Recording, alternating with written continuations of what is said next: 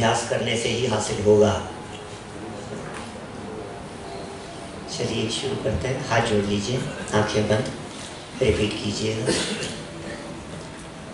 मोक्ष मार्गस्य नेतारं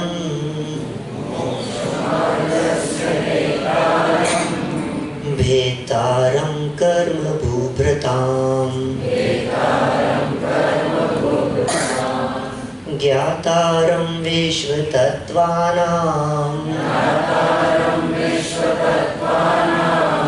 वन्दे तद्गुणलब्धये वन्दे तद्गुणलब्धये। तत्वार्थ सूत्र महाशास्त्र का ये मंगलाचरण है। तीसरे और चौथे अध्याय में थोड़ी तीन लोक की चर्चा की है। वहाँ तीन लोक की चर्चा करने वाले बहुत सारे ग्रंथ हमारे यहाँ उपलब्ध हैं, जिनमें तिलोयपण्णति, त्रिलोकसार, जम्बूद्वीपण्णति, लोक विभाग, ऐसे बहुत सारे ग्रंथ हैं। यहाँ सर्वज्ञ भगवान द्वारा प्ररूपित जिनागम के आलोक में तीन लोक की चर्चा हमने सुबह प्रारंभ की थी।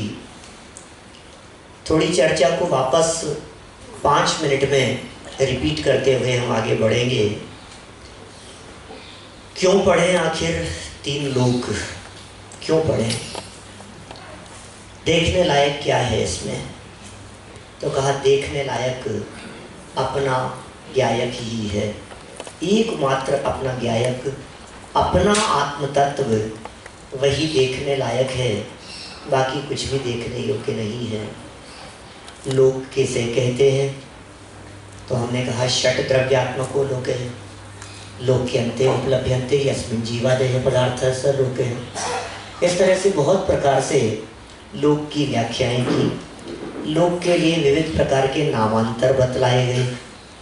अलग अलग शब्दों से इस लोक को पुकारा जाता है, लेकिन भाई इस लोक को बनाने वाला कोई नहीं है, क्योंकि 6 द्रव्यों को बनाने वाला कोई नहीं है, इसलिए इस लोक को बनाने वाला भी कोई नहीं हो सकता है। यह अकृत्रिम है, अकृत्रिम है, कृत्रिम नहीं है। अकृत्रिम लोक को देखते हैं और अकृत्रिम ज्ञायक दिखता है। माने लोक को किसी ने नहीं बनाया, हमें किसने बनाया? हमें भी किसी ने नहीं बनाया। जैसे लोक अकृत्रिम है, वैसे मेरा स्वभाव भी अकृत्रिम है। लोक कितने हैं? तो कई प्रकार से उसकी व्याख्या की। सामान्य से 1, ऊर्ध्व और अधो की अपेक्षा से 2, ऊर्ध्व मध्य अधो, या तो ये 3 अपेक्षाएं। उत्पादव्य द्रव्य, इस अपेक्षा से भी 3 प्रकार का कहा है। और ज्ञान, शब्द और अर्थ, इन नयों की अपेक्षा से भी 3 प्रकार का कहा है। द्रव्य क्षेत्र काल भाव के आधार पर 4 प्रकार का कहा गया। पंच परावर्तन और धवला में प्रयोग किया ऊर्ध्व मध्य अधो, मनुष्य और ज्योतिष, इसकी अपेक्षा से 5 प्रकार का। षट द्रव्यात्मक लोक की अपेक्षा से 6 प्रकार का। और इतने ही नहीं, और भी अनेक प्रकार मूलाचार वगैरह में कहे हैं, वो वहाँ से हमें और जानना चाहिए। देखिए, इस लोक का आधार बतलाया था 3 वातवलय। घनोदधि वातवलय मूंग के कलर का, घन वातवलय गोमूत्र के कलर का, और तनु वातवलय विविध विचित्र प्रकार के वर्ण वाला कहा गया था। लोक को चारों तरफ से घेरे हुए है आलोक, इसको चारों ओर से आलोक ने घेरा हुआ है। आलोक का अंत नहीं है, लोक की बाउंड्री पर वातवलय हैं। किसी ने मुझसे पूछा कि वातवलय, इन्होंने लोक को घेरा हुआ है, तो ये लोक के बाहर है क्या? कि नहीं, लोक की सीमा पर है। लोक जहाँ तक वातवलय हैं, वहाँ तक लोक है। वातवलय इस लोक के अंदर भी अनेक स्थानों पर हैं। जहाँ जहाँ पृथ्वियाँ कही है, 8 पृथ्वियाँ मुख्य रूप से कही हैं। 7 नरकों की 7 पृथ्वियाँ, एक ईशत प्रागभार पृथ्वी, उन सब के नीचे 20-20 हजार योजन मोटाई के वातवलय हैं। देवों के जो विमान हैं उन विमानों के नीचे भी वातवलय आदि कहे हैं।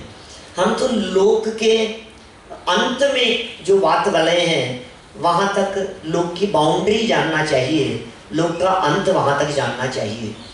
ऊर्ध्व लोक 147 धनराजु का कहा, अधोलोक 196 धनराजु का कहा और 3 लोक का घनफल 343 घनराजु बताया गया।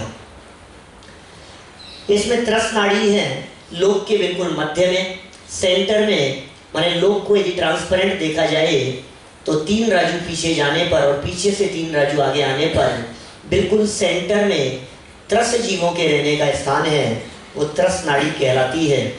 उसकी हाइट कुछ कम 13 राजू बतलाई गई और कुछ कम का प्रमाण बतलाया गया 3,21,62,241 धनुष कम। यह लोक है, लोक की संरचना। त्रस नाड़ी में ही त्रस जीव रहते हैं। त्रस और स्थावर लोक का बंटवारा भी इसी आधार पर है। वैसे हमें शास्त्रों में कहीं कोई ऐसा प्रमाण नहीं मिला कि ये त्रस नाड़ी किस मटेरियल की बनी हुई है, माने ये किसी धातु की बनी हुई नहीं है, किसी मटेरियल की बनी हुई नहीं है। जहाँ तक हम ऐसा सोचते हैं कि सिर्फ त्रस जीवों के क्षेत्र के आधार पर ही त्रस और स्थावर लोक का बंटवारा है। जैसे धूप और छाया का बंटवारा, अब ये यहाँ क्या है, जहाँ तक धूप आ रही है, सनलाइट है और इसके इधर तो एक लाइन सी बन गई है, वास्तव में कुछ ऐसी लाइन है नहीं। तो बस जहाँ तक त्रस जीव हैं ठसाठस इस लोक में, जिस एरिया में, वो पूरा एरिया त्रस नाड़ी कहलाता है और इसके बाहर का जितना भी एरिया है वह सब स्थावर लोक कहलाता है। स्वर्ग नर्क आदि सभी रचनाएं इसी में हैं। चलिए इसके आगे बढ़े हम, तो हमने ये लोक देखा और इसमें देखो आप त्रस नाड़ी सेंटर में दिख रही है। ये कैसी दिख रही है, ट्रांसपेरेंट जैसी है बस। और यहाँ देवगति के जीव हैं, नीचे नारकी हैं, फिर 2 इंद्री 3 इंद्री आदि त्रस जीव हैं, तिर्यंच हैं, मनुष्य हैं। इस तरह से ये त्रस नाड़ी है। क्या त्रस नाड़ी के बाहर भी त्रस होते हैं? प्रश्न किया और जवाब दिया था। 2 तो समुद्घात के आधार पर, मारणांतिक समुद्घात, केवली समुद्घात, और एक बात कही उपपाद की विवक्षा से। मारणांतिक समुद्घात में यह जीव विग्रह गति में किस प्रकार जाता है उसकी चर्चा हुई और उपपाद के आधार पर भी यह बतलाया कि विग्रह गति में आने में त्रस पने का सद्भाव त्रस नाड़ी के बाहर रहा। तो सहज ही प्रश्न खड़ा हो गया कि विग्रह गति क्या है, और इसको यहाँ विग्रह गति को 4 समय के आधार पर, माने 3 मोड़ और 4 समय। मोड़ 3, समय 4। एक ऋजु गति है, 1 समय लगता है। पाणी मुक्ता गति 2 समय लगते हैं। लांगलिका गति में 3 समय लगते हैं और गौमूत्रिका गति में 4 समय लगते हैं। बहुत सारे लोग ये भी पूछते हैं कि समय क्या चीज है। समय जैन दर्शन के आधार से काल का सबसे छोटा हिस्सा है। अब सबसे छोटे हिस्से को भी हमारे यहाँ शास्त्रों में बतलाया गया। तो ऐसा कहा गया है 1 सेकंड में संख्यात 1000 कूड़ा कूड़ी आवलियां होती है। 1 सेकंड में, सेकंड तो सबके पकड़ में आता है, उसमें संख्यात 1000 कूड़ा कूड़ी, माने 3 के आगे 17 जीरो लगाओ। संख्यात माने मिनिमम 3, संख्यात 1000 माने 3000 और कूड़ा कूड़ी माने 14 जीरो, 14 शून्य, माने 3 लिख करके उसके आगे 17 जीरो लगे। इतनी तो आवलियां कही गई है 1 सेकंड में। और एक आवली में जगन्य युक्त असंख्यात समय कहे हैं, 4थे नंबर का असंख्यात है। इतने समय हैं एक आवली में, माने समय बहुत सूक्ष्म है। यह जीव एक समय में 14 राजू गमन कर सकता है। पुद्गल के परमाणु की चर्चा तो सुनी है हमने। पुद्गल का परमाणु एक समय में 14 राजू गमन कर जाता है। बहुत जगह पर चर्चाएं आती है। एक समय मात्र, हम तो कल्पना नहीं कर सकते। एक समय छद्मस्त के ज्ञान का विषय नहीं है। तो विग्रह गति में माने एक जगह से मरण करने के बाद दूसरी जगह पर पहुंचने में इतना सा समय लगता है और दूसरी जगह जाकर जन्म हो जाता है। इससे इस भ्रांति का भी निराकरण होता है कि आत्माएं भटकती है। लोग सोचते रहते हैं भटक रही है आत्माएं, आत्मा को शरीर नहीं मिला तो भटकती रहेगी। भटकती है कि नहीं भटकती आत्माएं? भटकती है, वैसे तो सभी भटक रहे, हम लोग सब भटक ही तो रहे हैं। हाँ, लेकिन शरीर के बिना शरीर के यह आत्मा कभी भी रहती नहीं है। अशरीरी अवस्था तो एकमात्र सिद्ध अवस्था ही है। विग्रह गति में भी अनादि संबंधी चय कह करके तेजस और कारमान शरीर का सद्भाव कहा गया। माने तेजस और कारमान शरीर विग्रह गति में भी है। शरीर रहित कभी नहीं हुआ ये जीव। शरीर रहित हो जाता तो फिर कभी शरीर धारण नहीं होता, फिर जन्म मरण नहीं होता। अशरीरी तो सिद्ध परमात्मा ही है। तो इस तरह से ये भ्रांति का निराकरण भी इस विग्रह गति को जानने से होता है। इस पे त्रसनाड़ी बीच में देखी, त्रस और स्थावर लोक के घनफल की भी हमने आपके बीच में चर्चा की थी और अंतिम चरणों में ये कहा था कि विचार करो हम कहाँ आ गए हैं। ये सच्चाई है कि हमें अपनी महिमा नहीं आती है, लोक की महिमा आती है, पर पदार्थों की महिमा आती है, संयोगों की महिमा आती है, लेकिन अपनी महिमा नहीं आती है। और ये मोह की महिमा है कि अपनी महिमा नहीं आती। छोटरमल जी ने एक प्रकरण लिखा ना, मोह की महिमा। मोह की महिमा देखो क्या तेरे मन में समाई, तुझे अपनी ही महिमा न आई, तुझे अपनी ही महिमा न आई। बहुत सुंदर मोह की चर्चा चल रही थी अभी। मोह ये मोह की महिमा है इस प्रकार की। ये हम समझते हैं कि स्त्री पुत्रादि के प्रति होने वाला राग, अपनापन, ये मोह है। लेकिन भाई ये मोह हो ही नहीं सकता। यदि आप इसे मोह मानेंगे तो एक इंद्री से चार इंद्री तक के सभी जीवों को निर्मोही मानना पड़ेगा, क्योंकि समूह शरीर होते हैं, उनके माता पिता होते ही नहीं है, उनकी फैमिली होती ही नहीं है, उनके बच्चे होते ही नहीं है, तो बच्चों के प्रति मोह भी उनको नहीं होता। बच्चे ही नहीं है, परिवार ही नहीं, तो क्या आप उन्हें निर्मोही मानने के लिए तैयार हैं? अरे असली मोह है एकत्व मोहम। 23वें कलश में चर्चा की ना समय सार में, सात्वम एकत्व मोहम अई कथमपि मृत्वा तत्व कौतूहली सन अनुभव बहुमूर्ते पार्श्ववर्ती मुहूर्तम। अंतर्मूर्त के लिए देह का पड़ोसी बनकर, ये मोह है। और इसी की ऐसी महिमा है जिसके कारण हमें अपने आप की महिमा नहीं आती है। टोडरमल जी ने कैसा प्रयोग किया, मोह की महिमा। सबकी महिमा आ रही है हमारे को। अभी देखो कंप्यूटर की महिमा आती है, टेक्नोलॉजी की महिमा आती है, इंटरनेट की महिमा आती है। अरे इंटरनेट जानने वाले की महिमा आती है क्या? ये जानने वाला गायक तत्व अंदर बैठा हुआ है, इसकी महिमा आती है क्या? ये कितने हमारे महाभाग्य से ये सब हमारे को मिल गया है, ये पदार्थ मिल गए हैं, ये तत्व ज्ञान मिल गया है, ये वेद विज्ञान की चर्चाएं मिल गई है, ये आत्मा और परमात्मा की बातें बताने वाले गुरु मिल गए हैं हमारे को, ये उपदेशदाता मिल गए हैं। लेकिन फिर भी काम तो हमें ही करना पड़ेगा। क्या करें? ये प्रमादियों का काम नहीं है, यहाँ पुरुषार्थ तो हमें ही करना पड़ेगा भाई साहब। सारी सुविधाएं जुटा दी जावे, लेकिन फिर भी जो प्रयोजनभूत कार्य है, जो अनुभव है, आत्मानुभूति है, वो अपने को अपने द्वारा ही करनी पड़ेगी।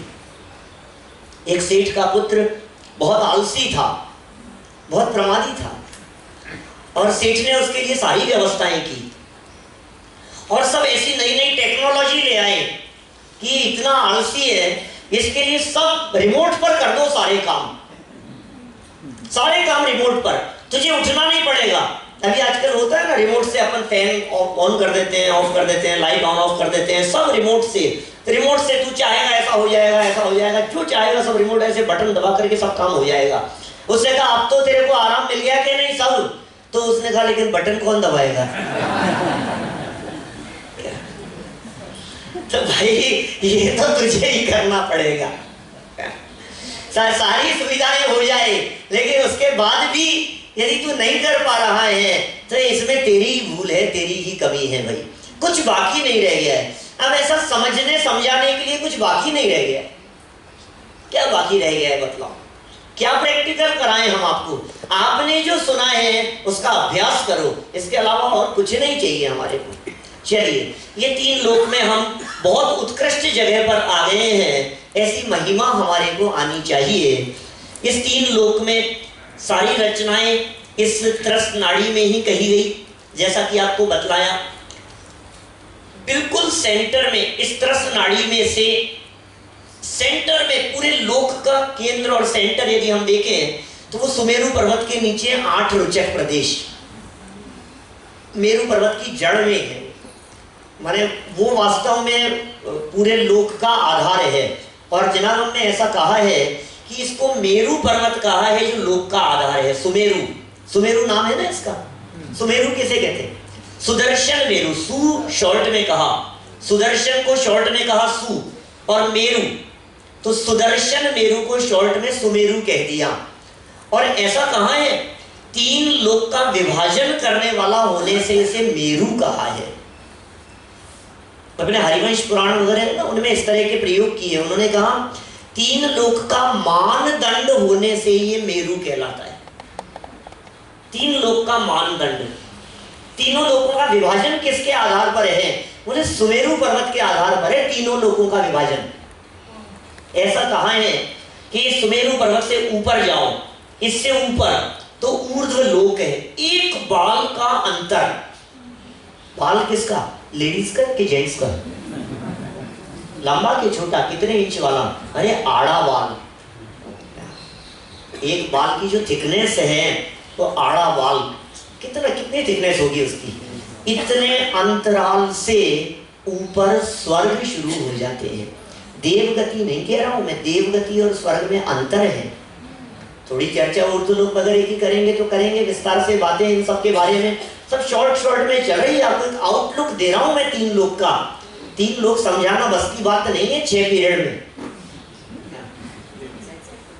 माने, लेकिन फिर भी इससे एक मोटा मोटा आइडिया लगे हमारे को कि आखिर ये 3 लोक हैं क्या।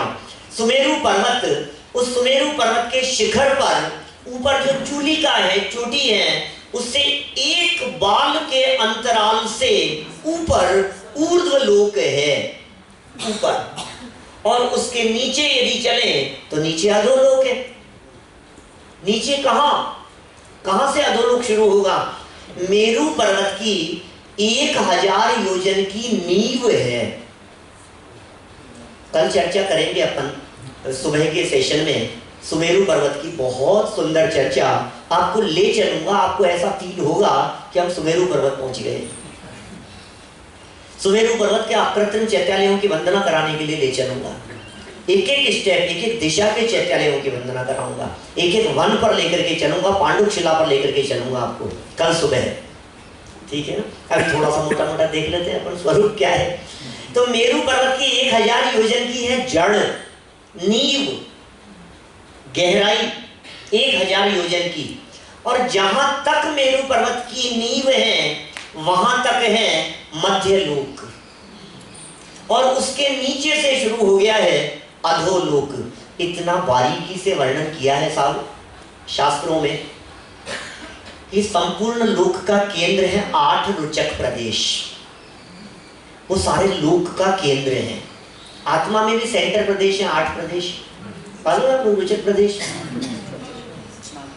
8 प्रदेश हैं, वो रुचक सेंटर है। वो कि सभी सेंटर और 8, ये बात कुछ समझ में नहीं आ रही कि भाई घनाकार जो वस्तु होती है और यदि उनके प्रदेशों की संख्या सम है, इवन है, ऑड नहीं है, तो उनका सेंटर 8 ही होगा उस घन का। नहीं समझ में आई? मैं ऐसे समझा सकता हूं। 1 to लेकर के 100 तक की हमने लाइन काउंटिंग लिखी। सेंटर बतलाइए भाई साहब कितना होगा? 50 होगा? अच्छा 50 आपने कह दिया। अभी बोर्ड चौक नहीं है, मैं बोर्ड पे समझाता आपको। अच्छा 50 को सेंटर माना, तो लेफ्ट साइड में कितने रह गए? 49, और राइट साइड में कितने? 50। तो इसका मतलब 50 सेंटर नहीं हुआ। एक साइड में 49 है, दूसरी साइड में 50 है, तो 50 नंबर वाले को हम सेंटर नहीं कह सकते। सेंटर 50 और 51 आपको निकालना हो तो दोनों साइड से एक एक निकालते जाओ। अब कौन बच गया कि 50 और 51, ये दो बच गए, दो सेंटर हैं, ठीक है। सिंगल लाइन की बात कही हमने। अब चौकोर बना लो। चेस खेलते हैं क्या आप लोग? कोई चेस बोर्ड देखा है? 64 खाने होते हैं उसमें, उसका सेंटर पॉइंट क्या होगा? 4 होंगे, 4 होंगे, 4 होंगे। देखो आप उसके अंदर जाकर के देखना खुल करके कभी, तो 4 सेंटर मिल गए। अरे जब जैसे ही हमने बोर्ड की बात कही तो सेंटर 4 हो गया। अब उसको 64 रख दो नीचे से ऊपर तक। 64 खाने हैं ना उसके, 64 लाइन लगा दो। अब सेंटर बतलाओ कितने हैं, कितने खाने होंगे?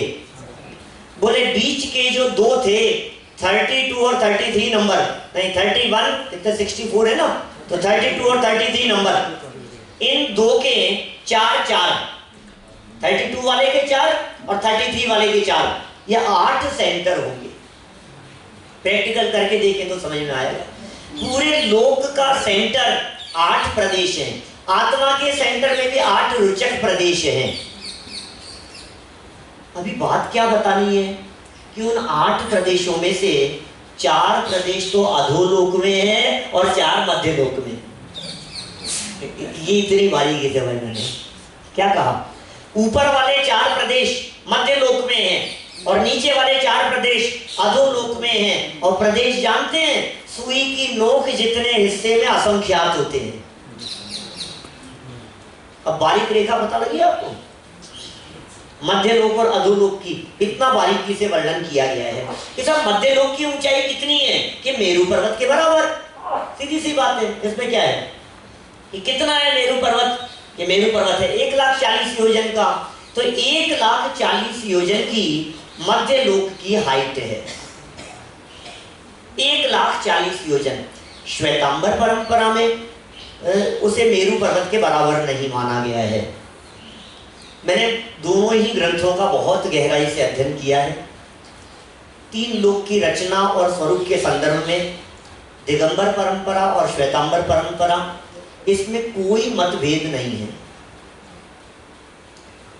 पर्टिकुलर टॉपिक की बात कर रहा हूं मैं। क्रिया पद्धति में, देव के स्वरूप में और पद्धतियों के अंदर बहुत सारी बातें होंगी, लेकिन 6 द्रव्य वही 6 द्रव्य मानते हैं, वही 7 तत्व हैं, वही गुणस्थानों की चर्चा है। लेकिन लोक की जो चर्चा है, इस लोक की चर्चा में भी कोई फर्क नहीं है दिगंबर श्वेतांबर आमनाय में। 1-2 स्थल ऐसे हैं जहां कुछ कुछ भेद दिखाई दिया है। तो एक फर्क तो यहाँ है, वहां कहा है कहीं 1800 योजन करीब, वहां ज्योतिष लोक तक मानते हैं।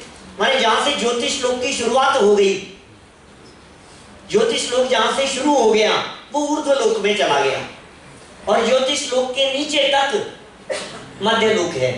1000 योजन नीचे और 800 योजन ऊपर से चालू होता है ज्योतिष लोक। 790 से 900 तक है, तो 790 को राउंड फिगर में 800 यदि मान लिया जाए तो 800 वो और 1000 नीचे, ऐसे 1800 योजन का मध्य लोक उनके यहाँ कहा गया है। एक बार काफी ऐसी चर्चा चल गई थी, तेरापंथ संप्रदाय के महाश्रमण जी हैं, उनसे काफी चर्चा हुई थी लाडनू में। बात होगी कोई 22 साल पहले की, 1997 की बात है। ऐसी ही चर्चा चल रही थी हमारे लोग वगैरह के संबंध में। हमने कहा भाई 1,40,000 योजन का है वो, तो 1,40,000 योजन की चर्चा है। तो वो हमारे 1800 बतला रहे थे, फिर काफी चर्चा हुई, डिस्कशन हुआ, तो हमने बहुत सारे वहां लाइब्रेरी से प्रमाण निकाल करके लाए 1,40,000 योजन के लिए।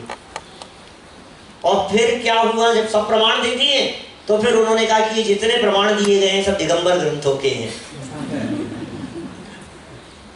तो दिगंबर ग्रंथों में 1,40,000 योजन है और वहां 1800 योजन कहा गया है। खैर कोई फर्क नहीं पड़ता है। माने ज्योतिष लोक को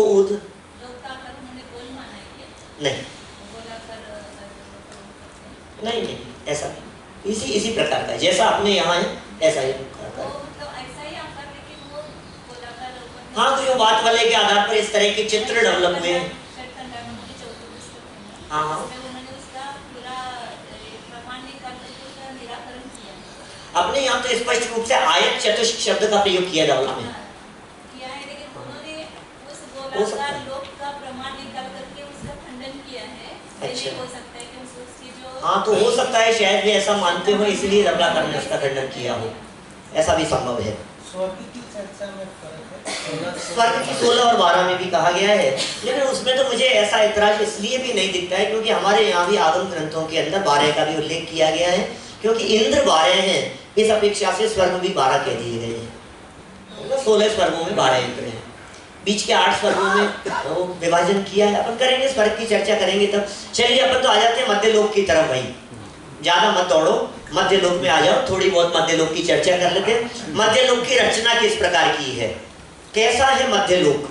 हाँ बोलो। तो वहाँ पे भी रुचक ऐसा क्यों नाम दिया?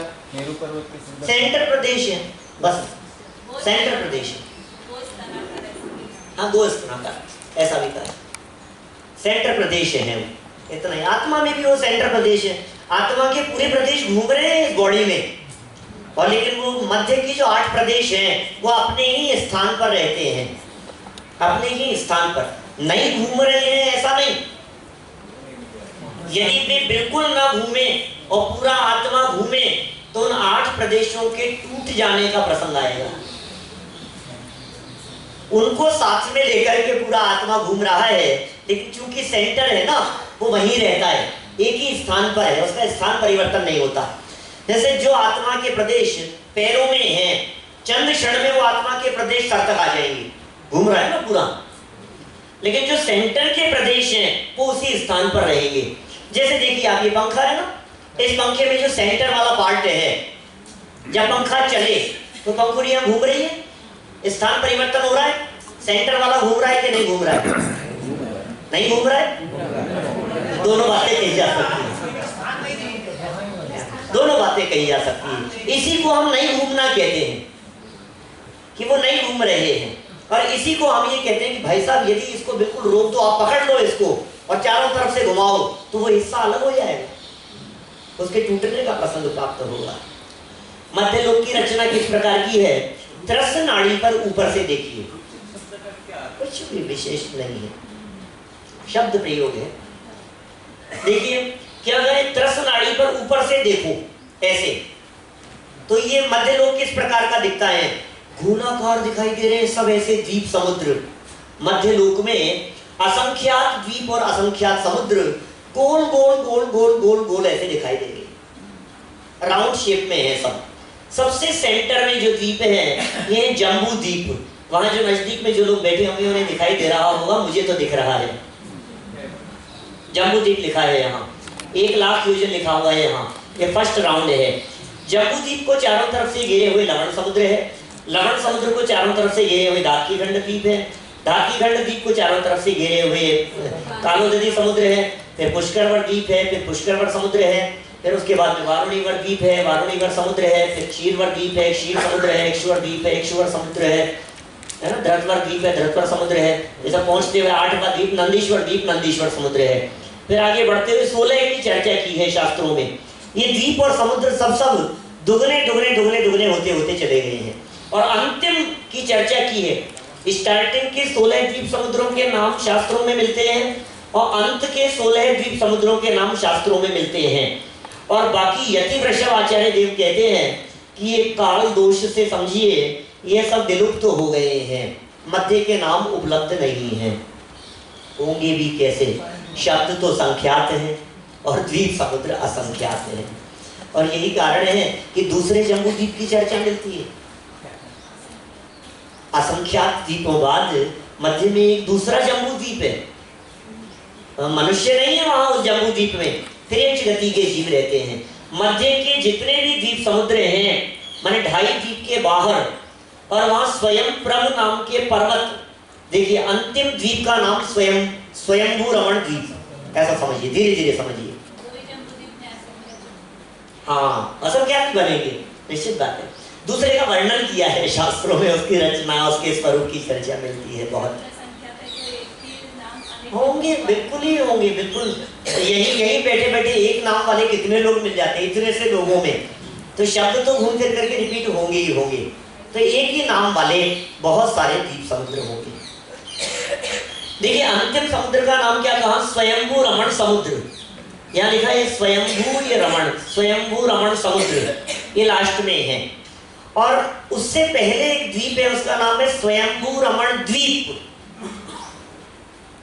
उस स्वयंभू रमण द्वीप में सेंटर में पर्वत है, गोलाकार गोल पर्वत है स्वयंभू रमण द्वीप में।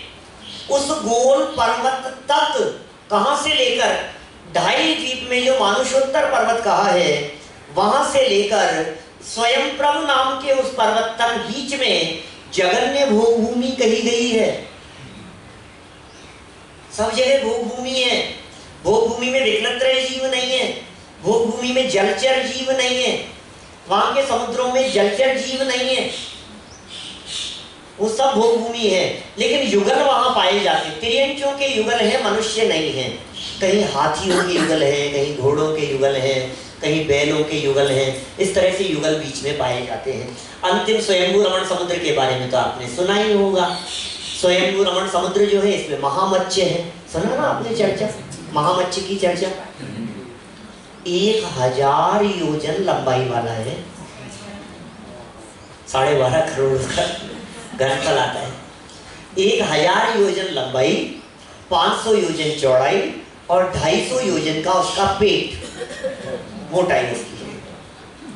तो 1000 मल्टीप्लाई बाई 500 मल्टीप्लाई बाई 250 तो 12.5 करोड़ आता है।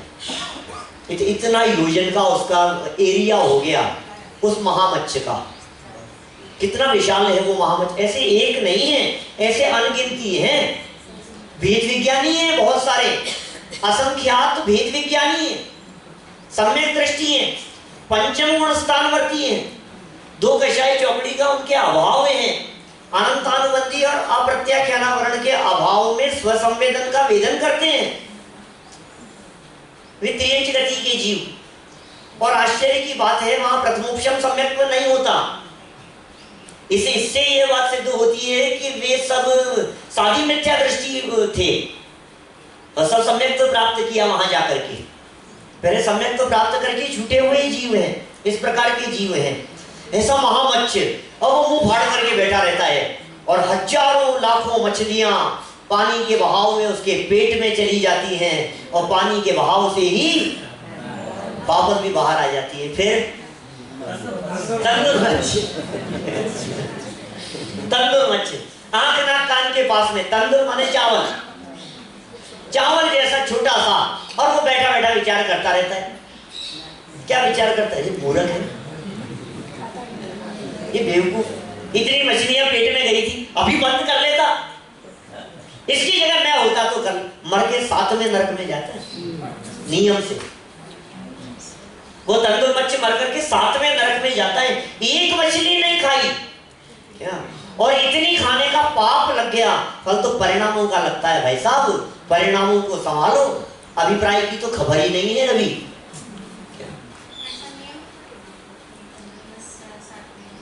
हाँ ऐसा तंदुर मच्छी नहीं, मच्छी की मैक्सिमम लिमिट 7वें नरक की है। और जिस मच्छी के बारे में ये उदाहरण दिया गया उसके बारे में नियम कर सकते हैं हम कि वो 7वें नरक में जाता है। परिणामों का ऐसा ही है, ऐसा। हाँ सभी नहीं करेंगे तो नहीं जाएंगे। ये तो सारा खेल तो परिणामों का है। जिसके परिणाम होंगे, जैसे फल तो परिणामों का मिलता है, जैसे परिणाम होंगे वैसा फल मिलेगा। इसलिए परिणाम संभालिए। यहाँ परिणामों की तरफ हमारी दृष्टि नहीं है, सबकी दृष्टि क्रिया क्रिया पर रहती है। सारी दुनिया रिकॉर्ड बनाने में लगी हुई है। इतनी वंदना शिखर जी की, गिरनार की, पालिताना की, इतनी वंदना कर ली हमने, रिकॉर्ड 20 कर ली, 25 कर ली, 100 कर ली, बस 3 और बची है, 108 होने वाली है मेरी। ऐसे ऐसे रिकॉर्ड बनते रहते हैं। इतनी आरती, इतनी भक्ति, इतना ऐसा, इतने साल हो गए, ये सब रिकॉर्ड बनाता रहता है भाई। ये भाई रिकॉर्ड बनाने का काम नहीं है, ये तो परिणाम बदलने का काम है। रिकॉर्ड नहीं तोड़ना है, मान्यता तोड़नी है, मिथ्या मान्यता तोड़नी है। वो मिथ्या मान्यता नहीं टूटी तो क्या हासिल हो जाएगा बताओ। इतनी माला का जाप किया मैंने, इतने किलो का लड्डू चढ़ाया मैंने, आपको मालूम है, इतने नारियल, इतना ऐसा, इतने दीपकों से आरती, 108 दीपकों से, 1008 से, अभी तो 10,008 से हुई कहीं तो अभी मैंने सुना ऐसा। गजब हो गया अभी। किस में ज्यादा धर्म होगा, किस में ज्यादा धर्म होगा? जितना ज्यादा करेंगे उतना ज्यादा धर्म होगा ना महेंद्र भाई? नहीं होगा। ज्यादा करेंगे तो ज्यादा धर्म नहीं होगा, ऐसा नहीं है। ये सब तो क्रिया है, इस क्रिया से कुछ नहीं होता है। क्रिया क्रिया में लगे हुए हैं हम लोग, लेकिन परिणामों की सवाल नहीं की तो भला होने वाला नहीं है। देखिए आप, ये तरस नाड़ी में ऊपर से देखने पर यह मध्य लोक के असंख्यात द्वीप और समुद्रों का इस प्रकार का दृश्य दिखाई देता है। ये चित्र ऐसा दिखेगा। सुबह हमने बतलाया था ना तरस नाड़ी किस प्रकार की है, एक एग्जांपल दिया था, कौन सा? ट्यूबलाइट का कवर। तो जो ट्यूबलाइट का कवर है उसमें ऊपर से देखो आप, तो आपको इस तरह से गोल गोल गोल गोल दिखाई देंगे। आपको मालूम है स्वयंभू रमण समुद्र कितना बड़ा है? जितने असंख्यात द्वीप समुद्र है ना, सबका टोटल कर लो, उससे ज्यादा है, आधे राज्यों से ज्यादा है। डबल डबल होते गए, आधे राज्यों से ज्यादा है स्वयं रमण समुद्र। अकेला स्वयंभू रमण समुद्र इतना विशाल है। वहां कर्म भूमि है। जो पर्वत हमने कहा अभी स्वयं पर्वत, उसके बाहर कर्म भूमि है। और ये इसकी भी समुद्र की भी बाउंड्री है। और चारों कॉर्नर्स पर जो पृथ्वी है, उस पृथ्वी पर भी कर्म भूमि जानना चाहिए। मनुष्य नहीं है, लेकिन कर्म भूमि के त्रियंच हैं। चलिए जम्बूद्वीप, जम्बूद्वीप की बात करें, गोलाकार दिखाई दे रहा है, 1,00,000 योजन का है जम्बूद्वीप। जम्बूद्वीप से हम लोग सब परिचित हैं। जम्बूद्वीप शब्द हमारे लिए नया नहीं है। पूजन में, विधान में, आयोजनों में जम्बूद्वीप जम्बूद्वीप जम्बूद्वीप जम्बूद्वीपे भरत क्षेत्रे आर्यखंडे, कहाँ पे? फिर आगे अहमदाबाद गुजरात प्रांत और सब आगे बढ़ते हुए आप यहाँ तक आ जाते हैं, कोबा तक। कहाँ से शुरू किया? जम्बूद्वीपे भरत क्षेत्रे आर्यखंडे। ये जम्बूद्वीप कहाँ है? ये जम्बूद्वीप कौन सी जगह पर है? एक बार ऐसे ही बहुत पुरानी बात है, 2004 में मैं उदयपुर में ऐसा सब्जेक्ट पढ़ा रहा था और क्लास चल रही थी, और मैं सहज में तो ऐसे लैंग्वेज है ना, बोलने में, भाषा में इस तरह से ऐसा निकल गया मुँह से, ये जम्बूद्वीप कहाँ है? तो पता है सामने एक बहुत वृद्ध महिला थी, वो खड़ी हुई और मेरे बिना पूछे ही, अरे ये तो हस्तिनापुर में हम जाके आए हैं। क्या भाई, हस्तिनापुर में आप जाकर के आए हैं? पालीताना में जम्बूद्वीप बनाया हुआ है, सोनगढ़ में जम्बूद्वीप की रचना बन रही है, बनने वाली है। तो ये जम्बूद्वीप है कहाँ पर? ये मध्य लोक के असंख्यात द्वीप और समुद्रों में सेंटर वाला है। एक द्वीप है, पहला द्वीप है जम्बूद्वीप, गोलाकार है। ये जो डायमीटर है ना इसका, एक कॉर्नर से लेकर दूसरे कॉर्नर तक का जो डायमीटर है, ये डायमीटर 1,00,000 योजन का है। अभी इसमें हमारी दुनिया कहाँ है, जिसे हम दुनिया कहते हैं, जिसे हम पृथ्वी कहते हैं, जिसे हम ये कहते हैं अमेरिका, लंदन, जापान, रूस, फ्रांस, अफ्रीका, ऑस्ट्रेलिया, ये सब कहाँ है? ये कौन सी जगह पर है? इस पूरे को दिखाने के लिए इस जम्बूद्वीप में ये डॉट जो दिख रहा है ना रेड कलर का आपको, ये बहुत बड़ा है। इससे भी छोटे हिस्से में आ जाता है। कैसे आ जाता है, कहाँ आ जाता है, ये जब हम जम्बूद्वीप की चर्चा करेंगे कल विस्तार से आपके बीच में, तो आपको समझ में आएगी। विस्तार से तो क्या करेंगे, संक्षेप में करेंगे, थोड़ा थोड़ा आउटलुक देंगे आपको कि जम्बूद्वीप किस प्रकार का है। इस जम्बूद्वीप पे 1,00,000 योजन का तो विस्तार कह दिया हमने, मैंने डायमीटर कह दिया। एक कॉर्नर से दूसरे कॉर्नर तक जब भी नापेंगे 1,00,000 योजन का होगा।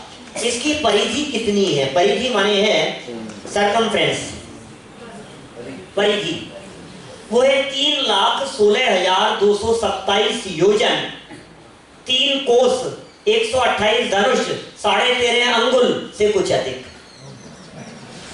तो नहीं कहिए, 3,16,227 योजन, 3 कोस, 128 धनुष और 13.5 अंगुल से कुछ अधिक, इतनी परिधि है। ये राउंड है, इसका सर्कल है ये। अब ये जो सर्कमफ्रेंस है, अब आप इसको फार्मूले के हिसाब से निकालेंगे तो निकलता नहीं। जो मैथ्स में जो फार्मूला है ना 2πr, 2πr है ना, पाई डी कह दो, पाई डी भी कह देंगे, 2r कह दो, डी का हो एक ही बात है, तो पाई डी कह दिया। पाई डी के हिसाब से निकालते तो निकलता नहीं है। निकलता है, कैसे निकलेगा? कि पाई की नाप क्या है, उसमें सारा गड़बड़ हो गया है। 22/7 इतना है ना पाई, ये 22/7 है ना मैथमेटिक्स में, 22/7 ये पाई की नाप कही गई है। लेकिन जैन दर्शन तो बहुत बारीकी से पकड़ता है।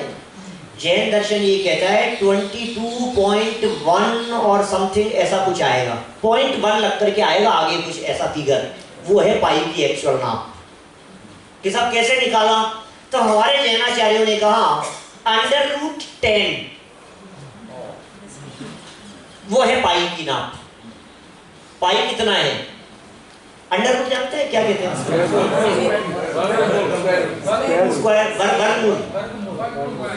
वर्गमूल। तो 10 का वर्गमूल जो होगा वो पाई की नाप है। और सारी कैलकुलेशन आचार्यों ने उसी आधार पर की है। वो बहुत बारीक कैलकुलेशन है जिस आधार पर ये जम्बूद्वीप की परिधि की नाप निकलती है। परिधि माने सर्कमफ्रेंस, मैंने आपको बताया चारों तरफ से। ये जम्बूद्वीप है और इसे चारों तरफ से घेरे हुए लवण समुद्र है। आप जानते हैं तत्वार सूत्र भी आप पढ़ रहे हैं, भैया जी पढ़ा रहे हैं यहाँ पर। तत्वार सूत्र के 3रे अध्याय में एक सूत्र आया, द्विर निष्कंभा पूर्व परिक्षेपणो वलयाकृति है। बहुत मार्मिक बात कहना चाह रहा हूँ, बहुत सुंदर बिंदु है, बहुत संक्षेप में सुनना। दुगने विस्तार वाला है, दुगने विस्तार वाला। जम्बूद्वीप से लवण समुद्र दुगना है, तो लवण समुद्र कितना बड़ा होगा? जम्बूद्वीप 1 लाख योजन का, तो लवण समुद्र 2 लाख योजन का। तो 2 इधर और 2 इधर, ऐसा। अभी देखो कैसा है, मैं इसकी तुलना बतलाता हूँ। ऐसा है, ये जम्बूद्वीप एग्जैक्ट बनाया है बिल्कुल नाप करके। इनकी जम्बूद्वीप और लवण समुद्र की तुलना देखो, तो जम्बूद्वीप 1 है तो ये 2 है।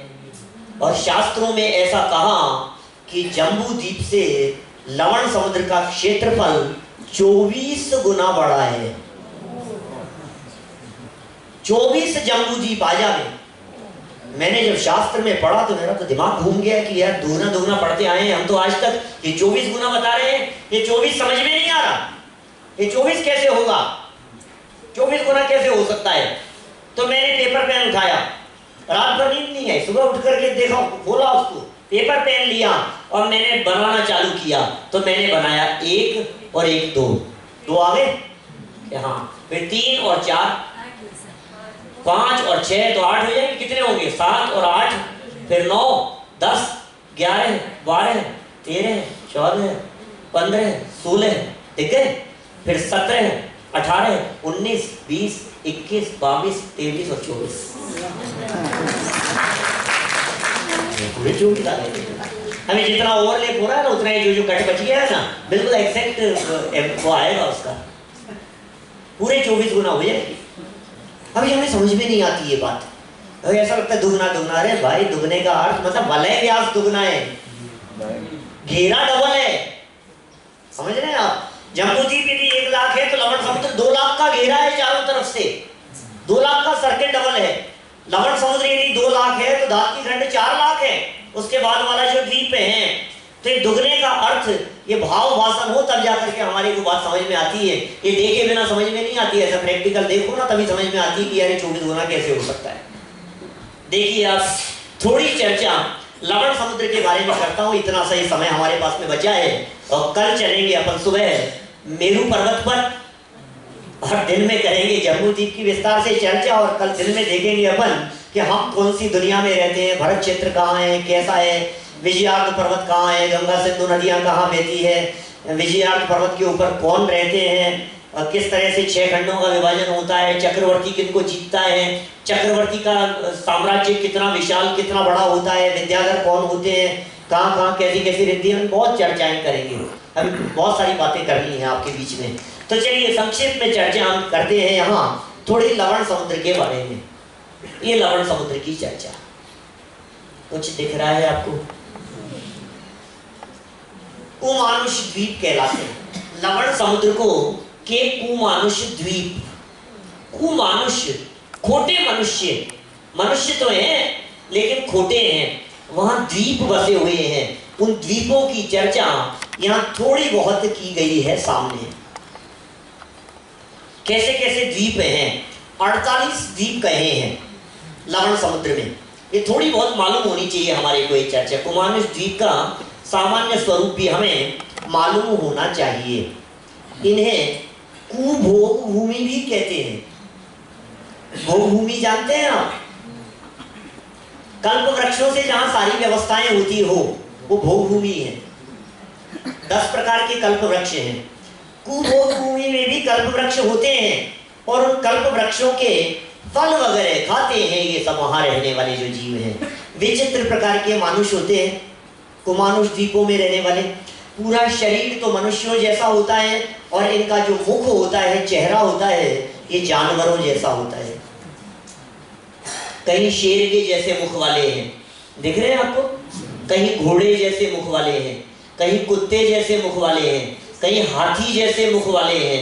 ऐसे अलग अलग प्रकार के मुख वाले वहां कहे गए हैं। कहीं उल्लू जैसे मुख वाले हैं। बहुत प्रकार की विचित्र प्रकार की आकृतियों वाले लोग वो वहां कुमानुष द्वीप में रहते हैं।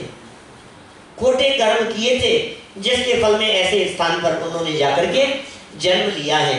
कुछ तो ऐसे लंबकर्ण, जैसे इसका नाम है लंबकर्ण। ये किस तरह के, इसके जो कान है ना, ये कान देखिए कहां तक हैं, जमीन पर लटकते हुए हैं। ऐसा ऐसा तक वर्णन कर दिया गया है इस लंबकर्ण के बारे में। अपने एक कान को बिछाता है और दूसरे कान को ओढ़ करके सो जाता है। ऐसे कहीं सींग वाले मनुष्य होते हैं, कहीं पूंछ वाले मनुष्य होते हैं। सींगों वाले मनुष्य हमें तो कल्पना जैसी लगती है हमारे को। किसी मनुष्य के पूंछे हैं, सब पाप कर्म के उदय से ही हैं। लेकिन पाप भी क्या किया तो करना तो चाहता था पुण्य। समझना, बहुत मार्मिक बात कह रहा हूं। करना तो चाहता था पुण्य, करना तो चाहता था धर्म, लेकिन ना समझी में कुछ गड़बड़ कर बैठा, इसलिए वो कुभोग भूमि में जाकर के जन्म ले लिया।